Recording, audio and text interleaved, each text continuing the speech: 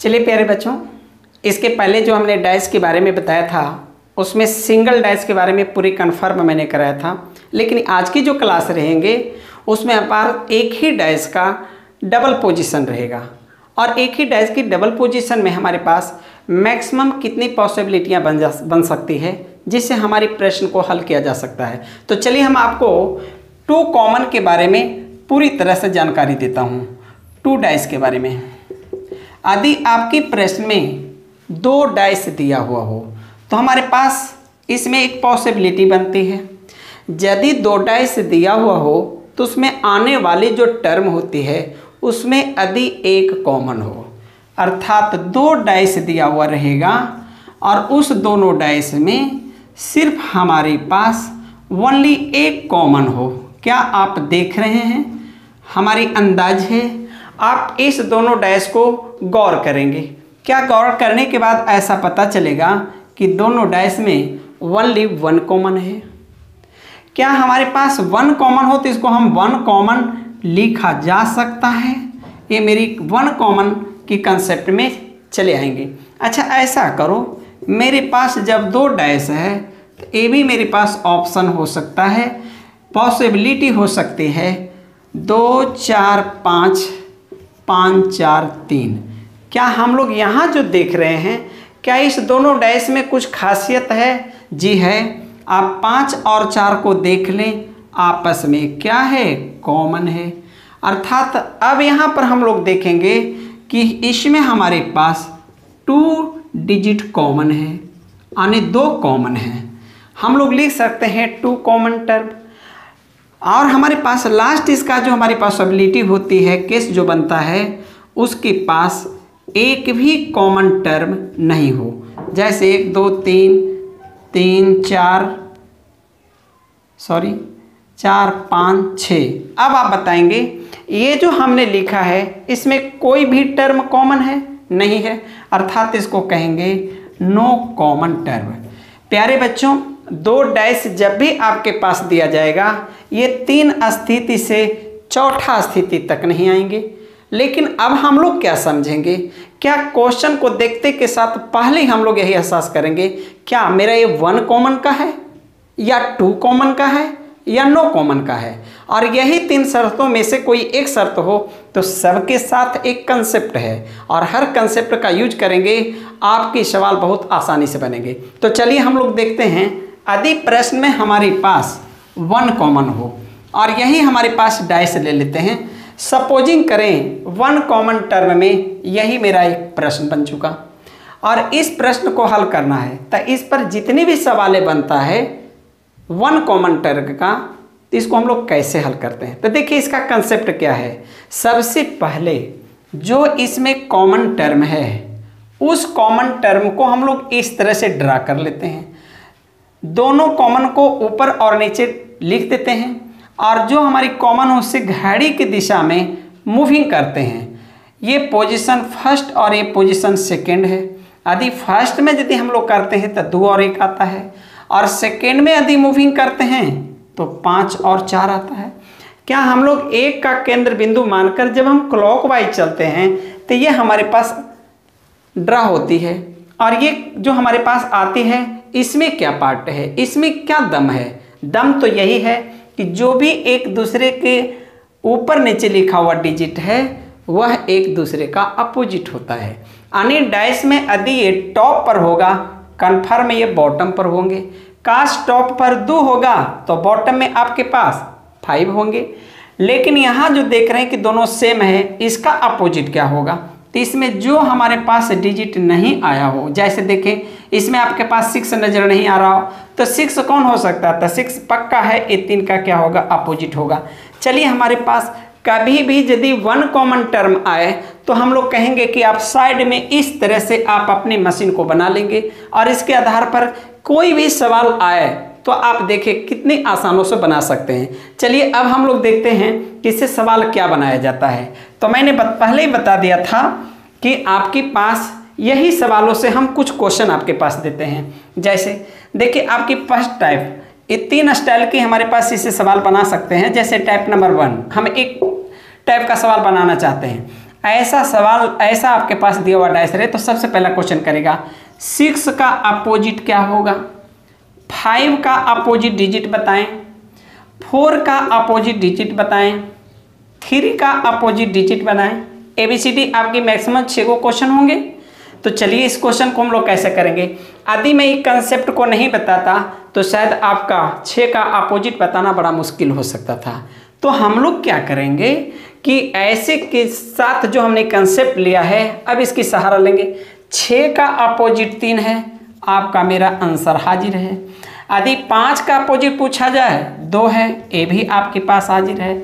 4 का अपोजिट पूछा जाए ये भी आपके पास है। यदि 3 की अपोजिट पूछा जाए तो भी हम लोग का हाजिर है। अर्थात हमको लगता है कि इस तरह से कोई खास डिजिट का अपोजिट पूछे तो शायद इसमें 1 सेकेंड भी टाइम नहीं लगना चाहिए। हाँ, कब? जब ऐसी 1 कॉमन टर्म हो तो आपको ये स्ट्रक्चर आपको बनाना होगा। जब तक ये नहीं बनाएंगे कोई भी डैश का प्रॉब्लम नहीं बन पाएगा, जो मेरी कंसेप्ट है।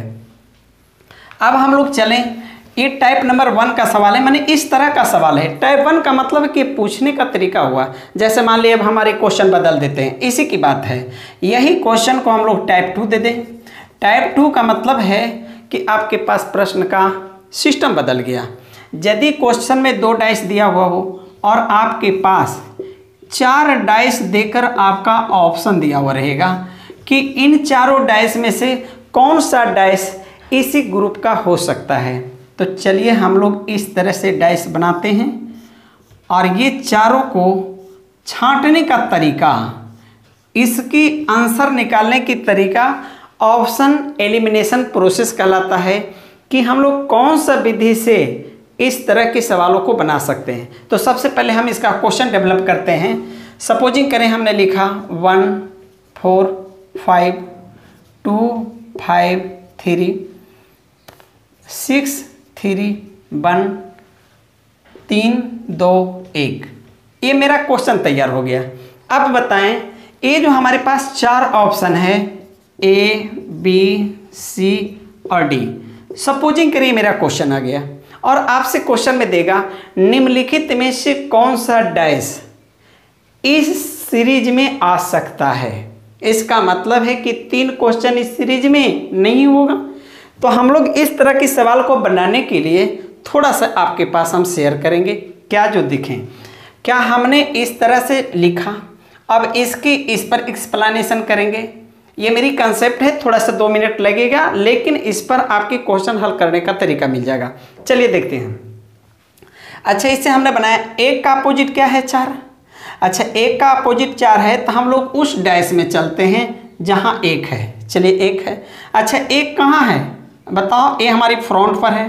क्या इसका बैक तो इसके पीछे होगा। अब बताएंगे कि जो हम 1 का जो बैक है तो बैक तो कभी सीन होता नहीं, वो तो दिखाई देता नहीं है। तो हम लोग कह सकते हैं 1 का अपोजिट 4 है तो 1 है तो अपोजिट 4 है, मुझे दिखाई दिया नहीं। चलिए छोड़िए। अब हम लोग देखें 2 के पास। क्या 2 का अपोजिट क्या है 5।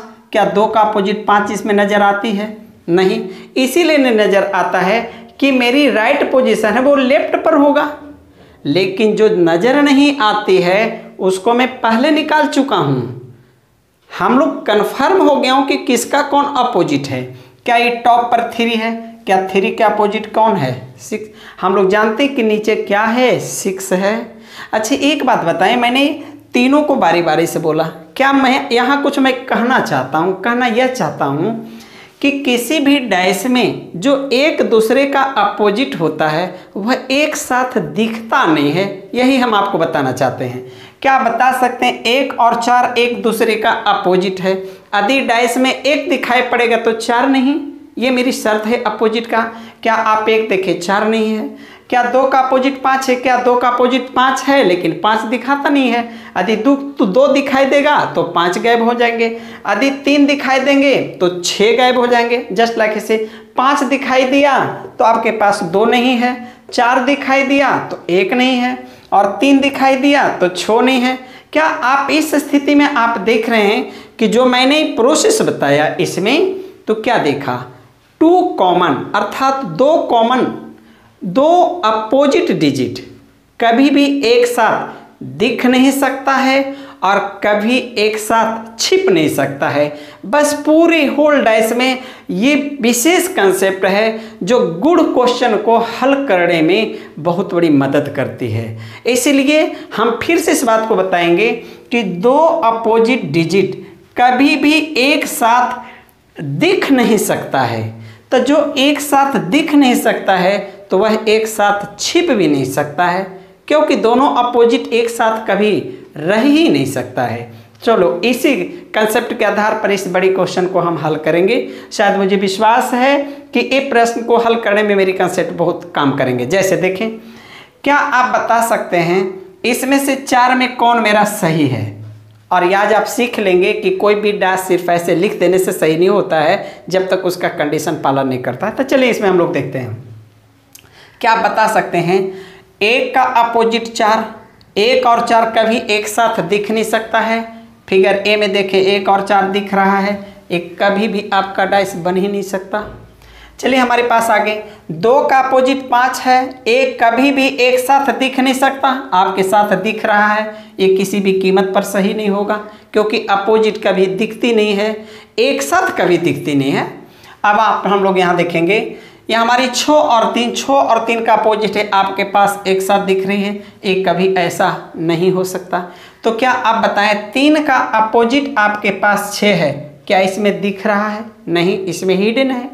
क्या 2 का अपोजिट 5 है, क्या दिख रहा है? हिडन है। 1 का अपोजिट 4 है, क्या दिख रहा है? हिडन है। हम लोग कह सकते हैं कि मेरा क्या है? सही है। अब मुझे अंदाज है इस प्रकार के कोई भी प्रश्न रहेगा तो आप आसानी से सीख सकते हैं। चलिए हम एक सवाल और आपके पास शेयर करता हूं, कोई भी आप इस तरह से ले सकते हैं। सपोजिंग करें कि हमारे पास डिजिट नहीं है, हमारे पास कोई लेटर है। चलिए अभी हम लेटर के साथ हम एक उदाहरण लेके समझा देते हैं। बहुत मज़ा लगेगा बशर्ते आप कंसेप्ट को अच्छे से सीखेंगे। चलिए हमारे पास ABCD और E, क्या आप अंदाज है इस डैश में आपने क्या देखा? 1 कॉमन। मैंने क्या बताया कि जिस वक्त 1 कॉमन हो एक साइड की जगह हम लोग ले लेंगे, ज़्यादा नहीं, छोटा सा जगह लेंगे। क्या C कॉमन है? चलिए कोई दिक्कत नहीं है।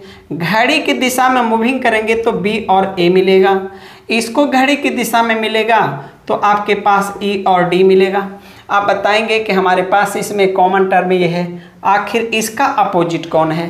तो देखेंगे अल्फ़ाबेटिकल पार्ट है, इसमें जो भी अल्फ़ाबेटिकल डिजिट आया है उसमें हमारे पास एक एब्सेंट हमारे पास F है, क्योंकि A से F तक छोटे डिजिट होते हैं, उसी का मैंने सहारा लिया। तो चलिए जो कॉमन है उसका अपोजिट क्या हो गया? C। आप बताओ, मैं तो इसे कंसेप्ट ले लिया और इस पर हम लोग सवाल बनाएंगे। सवाल बनाते हैं, हम बताते हैं कौन सा ये 4 ऑप्शन में मेरा ऑप्शन सही होगा। चलिए सब लोग तैयार हो जाइए मेरी कंसेप्ट के आधार पर। जो भी बच्चे इस YouTube पर इस रीजनिंग की पार्ट को देख रहे हैं, पूरी तरह से मैं विश्वास दिलाता हूँ कि इसको गौर से ध्यान देंगे, यही हर जगह काम देगा। चलिए हम लोग इसमें देखते हैं A, D और E मैंने लिया, B, E और C ले लिया, उसके बाद C, E और D ले लिया, उसके बाद 6 C और 6 F C और B ले लिया। अब चलिए हमारे पास ये ऑप्शन है और इसी ऑप्शन से हमारे पास आंसर निकालना है। चलिए मैं अपनी कंसेप्ट का यूज करते हैं। सपोजिंग करिए A है, B है, C है और D है। इसमें हम लोग को पता लगाना है कौन सा ऑप्शन मेरा सही है। तो चलिए इसके लिए अब हम इसकी सहारा लें। A और D एक दूसरे का अपोजिट है और एक दूसरे का अपोजिट कभी भी दिखाई पड़ता नहीं है, तो चलिए आपके साथ मिलता है, इसीलिए आपके पास आंसर क्या है? गलत है। अब हम लोग आगे चलेंगे। हम लोग कहता है B और E एक दूसरे का अपोजिट है, A भी हम लोग हटा देंगे। आगे हमारे पास पॉइंट में आते हैं C और D। C और D तो नहीं है। क्या आपके पास C नहीं है? अच्छी बताओ, E का अपोजिट C है, दिखाना शुरू कर दिया, A आपके पास गलत होगा। लेकिन आगे की पोर्शन में देखेंगे C के साथ हमारे पास B है और यहाँ पर आप लिख लें थोड़ा सा। चलिए हमारे पास लिखा गया है B है आपके पास सी है और मैं लिख देता हूँ ए। अब बताओ ए का अपोजिट तो डी है, नहीं है। बी का अपोजिट ई है, नहीं है। सी का अपोजिट एफ है, नहीं है। कन्फर्म है मेरा आंसर क्या होगा, ये होगा।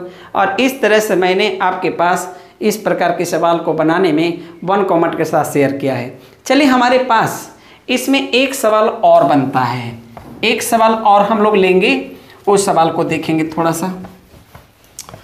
क्या आपके पास एक सवाल ऐसे आएंगे हमारे पास,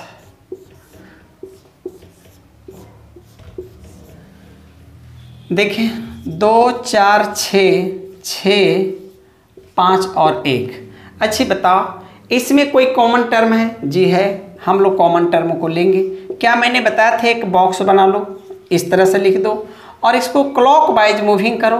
क्लॉकवाइज दिया 4 और 2, चलो इसको क्लॉकवाइज करो 1 और 5। अब हम लोग देखेंगे इसमें जो छिपा हुआ हमारी पोर्शन है 3 नहीं दिखाई पड़ रहा है, इसका अपोजिट कितना है 3। अब हम लोग आपके पास देखेंगे, हम लोग यहाँ अगली स्टाइल का सवाल रहेगा, ये आपकी प्रश्न रहेंगे। माने अगली जो हमारी डैश होगा उसमें जो हम लेंगे उसमें आपको समझना है, लिखेंगे 2 4 और ये रहेगा व्हाट। अब आपकी प्रश्न रहेगी यही, क्या बताओ पहले के स्टाइल से बदल चुका होगा? यदि ऐसा सवाल रहे तो हम लोग जवाब कैसे दे सकते हैं, इस पर थोड़ा सा गौर कीजिए। हमारे पास इस व्हाट के स्थान पर क्या होगा, इसमें ऑप्शन दिया हुआ रहेगा ए बी सी और डी। अब इसमें ऑप्शन में आपके साथ दिया हुआ ऑप्शन में रहेगा, हम लोग चलेंगे एक ऑप्शन में देंगे, आपके पास 5 ऑप्शन में देंगे, उसके पास हम लोग 3 ऑप्शन में देंगे और उसमें हम लोग चलेंगे, कोई एक ले लें, आपके पास 6 ले लें या ऐसा करें 2 ले लें। चलिए अब हम लोग इसमें देखते हैं कैसा होगा, इस व्हाट के स्थान पर क्या होगा। चलिए हम लोग इसको चेकअप करते हैं। क्या आपको मैंने बताया था कि यह इसका एडजेसेंट है, यह इसका एडजेसेंट है। क्या यदि मैं ऑप्शन से 1 रख दूं तो बताओ जैसे ही 1 रखोगे ये दोनों पड़ोसी हो जाएगा, अर्थात 1 और 4 एक साथ दिखना शुरू करेगा और 1 और 4 एक दूसरे का अपोजिट है, इसीलिए कभी भी 1 यहाँ संभव ही नहीं है। यदि मैंने यहाँ 5 डाल दिया तो आप जानते हो कि 5 और 2 एक दूसरे का अपोजिट है, इसीलिए 5 किसी कीमत पर नहीं होंगे। यदि मैंने यहाँ पर 3 रख दिया तब मेरे पास क्या होगा, तब 3 रख देंगे, तब 3 का अपोजिट 6 आपका दिखाई नहीं दिया, 4 का अपोजिट 1 नहीं दिखाई दिया, 2 का अपोजिट 5 नहीं दिखाई दिया। मेरा लगता है कि आंसर ए बना गया। आप बोलो इनकी हालत क्या है, ए तो इस जगह रहेंगे नहीं क्योंकि जो इसमें है ए किसी कीमत पर नहीं रहेंगे और इस तरह से ए भी क्या हो गया, गलत हो गया। अच्छा ये बताओ ये जो मैंने प्रश्न बनाया क्या इसकी पहले वाले प्रश्न से अलग है? चलो इस पर हम एक सवाल और लेंगे, एक सवाल और लेके आपको हम समझाना चाहेंगे। चलिए आपको बहुत मज़ा ही मज़ा लगेगा, बशर्ते कंसेप्ट आप अच्छे ढंग से सीखेंगे। चलिए हमारे पास एक सवाल और लेते हैं और एक सवाल को पूरी तरह से अच्छे से समझने का प्रयास करेंगे। चलो मैंने 5 ले लिया, 4 ले लिया, 3 ले लिया, मैंने 3 ले लिया, उसके बाद 6 ले लिया, 1 ले लिया। अच्छी बताओ हमारे पास 2 को है। आप इस 2 पोजीशन में सबसे पहले मैंने बताया था आपका कार्य है कॉमन टर्म को राउंड करना और 3 को इस तरह से लिखे घड़ी की दिशा में 4 और 5 लिखेंगे और यहाँ 1 और 6 लिखेंगे। शायद इसमें जो नहीं हो वही 3 का क्या है, अपोजिट है। और आपसे सवाल यही पूछा जाए कि हमारे पास कौन सा इस व्हाट की पोजीशन पर आ सकता है यदि आपका 6 और 1 लिखा हुआ हो। तो चलिए हम लोग इसमें ऑप्शन लिखेंगे, A option, B option, C option और डी ऑप्शन। चलिए इसमें सबसे पहले मैंने 1 ही लिख दिया, उसके बाद लिख देते हैं 4 लिख दिया।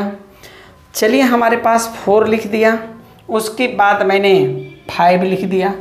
चलिए हमने तो 5 लिख दिया, लेकिन आप बताएं एक और मैंने डिजिट दे दिया, मैंने लिख दिया 2।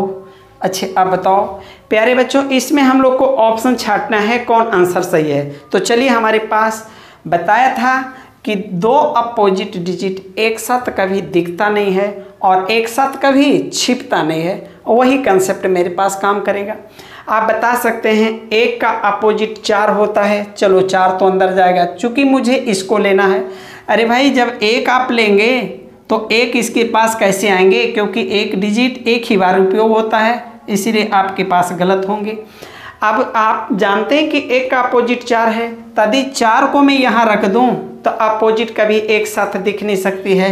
इस कंडीशन से आपके पास ही ख़त्म हो गए। अब आप बताएंगे काश यदि मैं 5 यहाँ रख दूँ तो 1 का अपोजिट तो 4 होता है और 6 का अपोजिट 5 होता है। यदि मैं 5 रख दिया तो ये दोनों एक दूसरे का अपोजिट, इसीलिए ए संभव नहीं है। अब मेरे पास बचा ऑप्शन क्या 2। काश यदि मैं 2 यहाँ रख दूँ तब क्या हो सकता है। यदि 2 यहाँ रखेंगे तो 1 का तो 4 अपोजिट छिप गया, 6 का 5 अपोजिट छिप गया, पक्का 2 का अपोजिट जो 3 होगा, अर्थात कन्फर्म मेरा उत्तर ये होगा। और इस तरह से आपने देखा होगा कि हमने एक डाइस की 2 पोजीशन में यदि 1 कॉमन हो तो हम कितने तरह के सवाल को शेयर किया होगा। मुझे विश्वास है आपको समझ में आए होंगे। चलिए, हमारे पास इसी का अगला टॉपिक सेक्शन बी, यानी पॉसिबिलिटी जो मेरे पास था। बी में क्या था, जब हमारे पास 2 डैश दिया हो और उसके पास 2 कॉमन हो। तो चलिए हम लोग चलते हैं, 2 डैश दिया हुआ हो लेकिन इस दोनों के पास में 2 कॉमन डिजिट आपके पास होगा। हम लोग चलें 2 4 6 6 4 3। अब आप देखेंगे यहाँ हमारे पास क्या है, आपके पास ये दोनों क्या है, कॉमन है। क्या यदि आपके पास एक कॉमन हो जाए, तो हमने इसके पहले 1 कॉमन का कंसेप्ट दिया था, लेकिन अब हम देते हैं कि यदि मेरे पास 2 डैश दिया हुआ हो और दोनों डैश में 2 कॉमन हो। अब इसकी जवाब को देने के लिए हम लोग क्या कर सकते हैं, तो चलिए इसकी हम कंसेप्ट देते हैं। यदि आपके पास एक कॉमन राशि हो तो इसकी शर्त होती है जो हमारे पास इस दोनों कॉमन के पास रेस्ट बचा रहता है वही एक दूसरे का अपोजिट होता है। अब यहाँ समझ लेंगे कि 2 का अपोजिट क्या हो गया, 3। तो चलिए 2 का अपोजिट तो मैंने 3 ले लिया, लेकिन आपके पास 6 4 जो आपके पास है वो एक साथ है। तो बताओ इस दोनों का अपोजिट कौन होंगे, तो इस दोनों का अपोजिट तो वही होगा जो आपके पास छिपा हुआ है। बताओ इसमें छिपा हुआ क्या है, तो पता चला कि आपके पास 1 और 5 छिपा हुआ है। अब प्यारे बच्चों, यदि 2 कॉमन हो तो हमारे पास ये आपका डायग्राम तैयार हो गया। अब इससे हमारे पास मैक्सिमम जितने तरह का सवाल बनाएंगे आप इसे देखकर उसको सॉल्व करेंगे। मेरा सलाह है यदि 2 डैश में 2 कॉमन टर्म हो तो आप इस कंसेप्ट के जरिए यहाँ उत्तर जरूर प्राप्त कर लें। क्या एक क्या बताता, मैं इसके बारे में बता देता हूँ थोड़ा सा, ताकि हमारी कंसेप्ट बताने में आपके लिए अच्छा हो सकता है। हम लोग यहाँ देखेंगे 2 का अपोजिट 3 है, ये तो कोई दिक्कत नहीं है। अच्छा ही बताओ 6 और 4 एक दूसरे का पड़ोसी है। 6 और 4 तो कभी एक दूसरे का उल्टा हो नहीं सकता है, तो क्या दोनों मिलकर एक साथ है 6 और ऑब्लिक 4। इसकी आंसर या तो जो छिपा हुआ 1 और 4 उसी में से कोई होगा। लेकिन यहाँ पर थोड़ा सा ध्यान देंगे, क्या 6 का अपोजिट 1 हो भी सकता है, 6 का अपोजिट 5 भी हो सकता है, पॉसिबिलिटी में है। यदि 1 का अपोजिट पूछे तो या तो 6 हो सकता, नहीं तो 4 हो सकता है। 5 का पूछा जाए तो 6 या और 4। अब यहाँ पर जो हमारी बात आ गया यह कन्फर्म नहीं है। अर्थात यहाँ मैं एक बात समझाना चाहूँगा कि यदि एक एडजेसेंट के पास दूसरी एडजेसेंट में हम लोग का एक जोड़ा ऑब्लिक देकर हो, कभी भी कन्फर्म नहीं होंगे, यानी यहाँ पर कन्फर्म उत्तर नहीं होंगे। यह डिपेंड ऑन ऑप्शन, ऑप्शन आपका कैसा है उसके आधार पर होगा। तो चलिए हम लोग सबसे पहले यही क्वेश्चन करना शुरू करते हैं। यही दोनों फिगर से पहला क्वेश्चन हम करेंगे और यह मेरा टाइप नंबर 1 होगा। ये टाइप 1 होगा। कैसे, यदि आपसे पूछ दिया जाए 2 3 4 5 और 6 सारी का अपोजिट बताएं, बस सिंगल मैंने क्वेश्चन पूछा। इस दोनों में से जिसको इच्छा पूछ लो। मेरी इच्छा हुआ 2 का अपोजिट क्या है, मैंने पूछा 3 का जस्ट नीचे क्या है, बताओ 4 के अपोजिट क्या है, 5 की अपोजिट क्या है, 5 नथिंग आपको जनाता भी नहीं है, 6 का अपोजिट क्या है, ये सारी है। यदि मेरी कंसेप्ट को फॉलो किए होंगे तो देखिए इसकी सवाल का जवाब कितनी आसानी से बनता है। आप बता सकते हो 2 का तो अपोजिट मेरे को कन्फर्म है, 2 का अपोजिट क्या होगा 3, 100% आंसर सही है। अच्छा अब बताओ 3 के अपोजिट है, अरे यार 2 के अपोजिट 3 है तो 3 के अपोजिट भी तो 2 होंगे, ये भी आपके पास आंसर है। अब सवाल आई 4 की बात, क्या 4 इस घर में है, तो 4 इस घर में तो 4 का अपोजिट कभी 6 नहीं होंगे, तो क्या 4 के अपोजिट तो आपके पास 1 होगा, नहीं तो 5 होगा। चलिए बहुत अच्छे से। अब यहाँ 5 की बातें आई, तो 5 जब इस घर में है तो इसके अपोजिट कभी 1 नहीं होंगे, अपोजिट तो जब भी होंगे तो आपके पास 6 नहीं तो 4 होंगे। चलिए 6 इसमें है तो ये तो 6 का 4 अपोजिट कभी हो नहीं सकता है, तो 6 के अपोजिट या तो 1 होंगे नहीं तो 5 होंगे, और यही मेरा क्या है आंसर है। आप लगता है सिंगल इस तरह से सवाल का जवाब पूछेगा तो आपको समझ में आ गया होगा। चलिए हमारे पास एक अगला इसी प्रकार का सवाल हमारे पास लेंगे। जैसे चलिए हमारे पास आ गया इस तरह का सवाल है A B C, अगली ऑप्शन में हमारे पास रहेंगे C D और E। अब बताओ इसमें कोई हमारे पास सिंगल टर्म है जो कॉमन है क्या? मैंने बताया था कि इसके आप कंसेप्ट को उठा लें, C एक साथ रख दें, घड़ी की दिशा में A और B उठा लें, उसके बाद चले तो E और D उठा लें, लेकिन इसमें कोई नहीं आया, वो कौन है? F है। अर्थात मेरा इस क्वेश्चन का ये मशीन बन चुका। अब इस पर कोई भी सवाल दिया जा सकता है। सपोजिंग करें पूछा A B C D E और F, इसका मैंने आपसे अपोजिट पूछा। अब तो मैंने इसकी आंसर यहाँ निकाल चुके हैं, नथिंग, इसको देखने की अब कोई ज़रूरत नहीं है। मेरा अब यहाँ से उत्तर मिलेगा A का अपोजिट E क्यों होगा? सॉरी ये हमने क्वेश्चन दे दिया, सॉरी थोड़ा सा क्वेश्चन मुझे देना था आपके पास 2 कॉमन का था।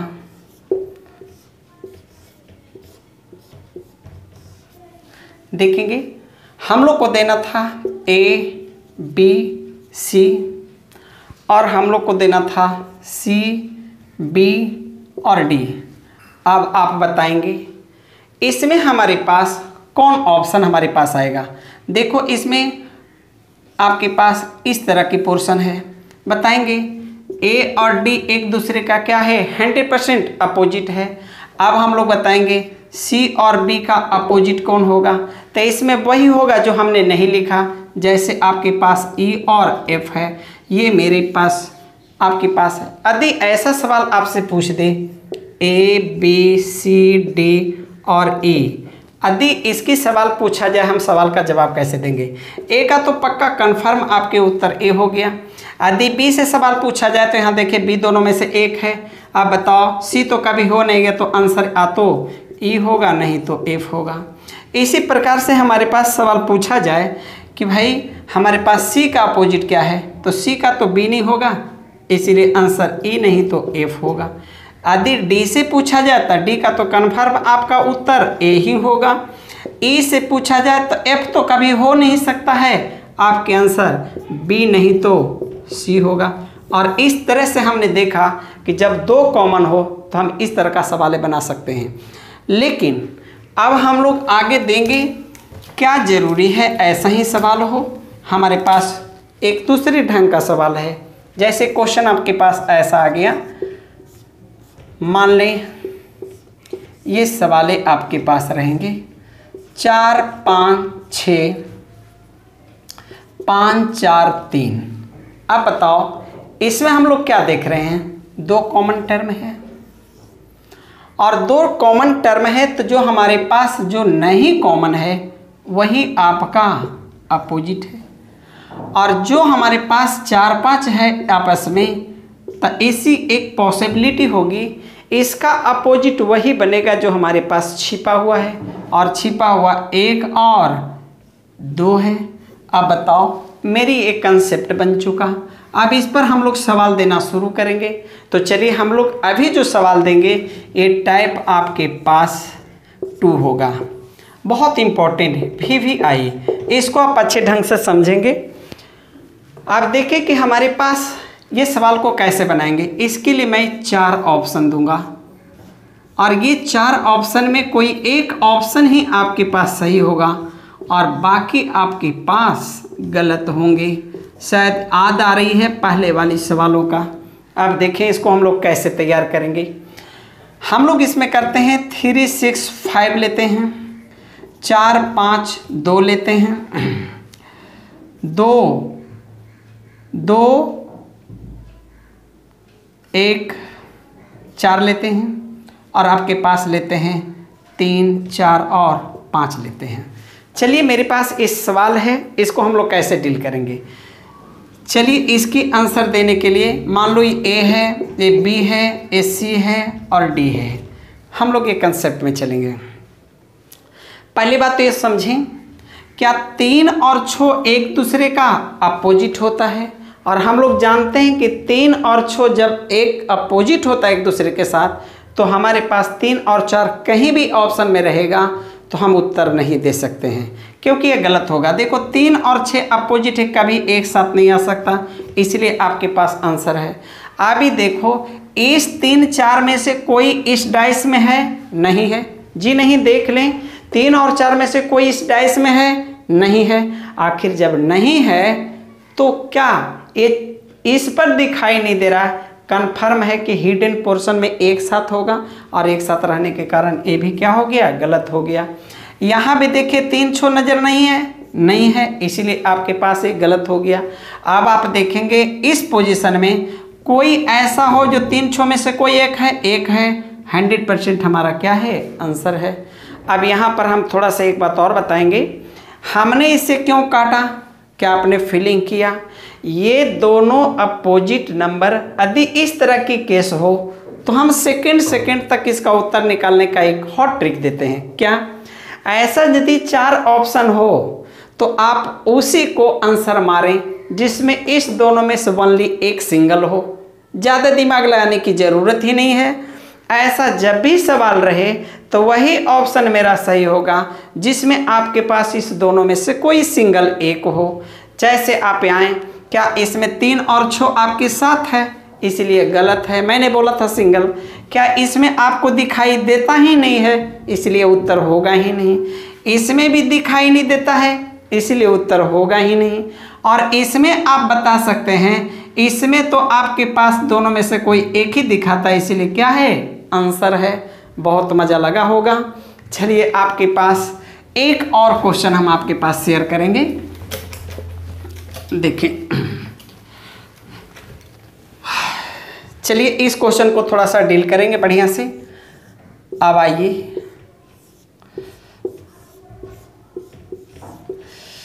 चार 3 2 3 4 5, क्या बता सकते हैं इसमें हमारे पास कोई कॉमन टर्म है। जी, आपके पास 4 3 और 4 3 है, तो जो कॉमन नहीं है वह एक दूसरे का क्या है, अपोजिट है। तो बताएं इसमें ऑप्शन में क्या चलेगा। 4 और 3 का अपोजिट आ तो जो इसमें छिपा हुआ है 1 होगा, नहीं तो 6 होगा। अब यही है मेरी कंसेप्ट है, इसी के आधार पर आपकी ऑप्शन तैयार होती है। मान लो कि मेरे पास 4 ऑप्शन दिया हुआ है, मैं जो कंसेप्ट दिया उसी के आधार पर आप आंसर देंगे। 4 ऑप्शन आपके पास दिया हुआ है। अब इसमें कौन सा आंसर हमारे पास हो सकता है, आप देखेंगे 2 5 6, आपके पास 4 3 1, 3 2 4 और आप पाएंगे 2 3 1। अब यहाँ ध्यान देंगे, यदि मेरी ये ऑप्शन है, ये ऑप्शन ए है, बी है, सी है और डी है, इसमें पूछेंगे कि कौन मेरा सही होगा। मैंने हॉट बता दिया था कि इस दोनों में जिस डैश में सिंगल होगा वही मेरा क्या होगा, आंसर होगा। 2 5 एक साथ कभी भी नहीं होगा। क्या 2 5 इसमें दिखाई दे रहा है, नहीं दिखाई दे रहा है। क्या 2 5 इसमें दिखाई दे रहा है, तो सर 1 दिखाई दे रहा है, ये आपके पास आंसर होंगे। क्या 2 दिखाई दे रहा है? लेकिन यहाँ पर देखेंगे इसमें भी 2 दिखाई दे रहा है, इसमें भी 2 दिखाई दे रहा है। आप बताओ इसमें भी मेरे पास 2 है। आप बताओ, यहाँ तो मेरी विवाद का घर हो गई। आपके पास 2 यहाँ भी है, 2 यहाँ है, तो मैं यहाँ पर आपके पास एक शर्त दूंगा, यदि आपके पास यह सिस्टम कन्फर्म उत्तर देने का नहीं है तो हम लोग कह सकते हैं कि यह 3 का अपोजिट 1 भी हो सकता है, 3 का अपोजिट 6 भी हो सकता है, 6 का अपोजिट 3 भी हो सकता है, 6 का अपोजिट 4 भी हो सकता है। इसीलिए ऐसी प्रश्न में जो हम लोग इस तरह का ट्रिक देके उत्तर देते हैं, यह भी उत्तर हमारे पास हो सकता है। क्यों? क्योंकि जो भी मैं ये बात बता रहा हूँ, जब ये खुद मेरी कन्फर्म नहीं है ते भी कन्फर्म उत्तर नहीं है, लेकिन ऑप्शन के आधार पर मेरे पास दोनों का दोनों क्या है, सही है। यदि इस दोनों में से कोई एक रहेंगे तो एक रहेंगे, यदि ऐसे दोनों रहेंगे तो दोनों होंगे, लेकिन दोनों ऑप्शन में तो रहता नहीं है। प्यारे बच्चों, मैंने आपके पास अभी जो बताया कि एक प्रश्न में 2 कॉमन राशि रहे तो हम लोग कैसे इसका उत्तर दे सकते हैं। मुझे विश्वास है आप इस सारे जो मैंने प्रोसेस दिया है आप पूरे संतुष्ट होंगे, मुझे पूरी तरह से विश्वास है।